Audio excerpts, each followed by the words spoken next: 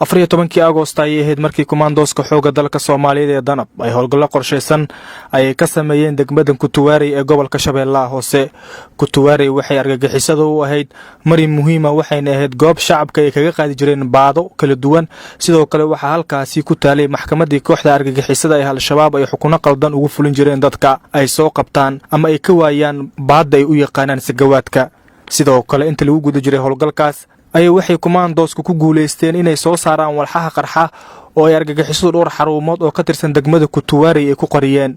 waxaana lagu guuleystay in la qarxiyo walxahaasi qarxa oo ay maleeshiyaadku doonayeen inay ku dhibaateeyaan shacabka Soomaaliyeed ee ku dhaqan Kutuwaarey gobolka Shabeellaha Hoose. sidoo kale tiro maxaabiis ah oo isugu jira horjoogayaal iyo maleeshiyaad ay qaldeen argagixisada Al-Shabaab ay kumaandooska Danab ku guuleysteen inay gacanta ku soo dhigaan. howlgalkan ayaa ahaa mid saf balaaran ku socda, waxaana kumaandooska Danab ay gudaha u galeen deegaano hoostaga Buulamareer, Baraawe, Jilib Marka, Gandarshe ilaa Dhanaane. sidoo kale howlgallada ayaa ku sii baahay tuulada Buulanaag oo ahayd goob ay isku urursan jireen maleeshiyaadka argagixisada ee Al-Shabaab. dhammaan goobihii laga farmaroojiyay cadowga waxaa ka muuqday xaalado nololeed oo ay ugu horeeyaan caafimaad darro, waxbarasho la'aan iyo mid macluuleed. taliyaha guutada 16aad ee Danab Gaashaanle Ismaaciil Cabdimaalig Maalin oo la hadlay dadyo aad u fara badan oo isugu soo baxay deegaanadii maleeshiyaadka laga saaray ayaa ugu mahadceliyay qaabka wacan ay u soo dhaweeyeen, isagoo ka codsaday in mar waliba ay la shaqeeyaan bulshada deegaanadaasi. waxa uu taliyaha guutada Danab u ballan qaaday in deegaanadii laga xoreeyay maleeshiyaadka argagixisada ee Al-Shabaab dadka ku dhaqan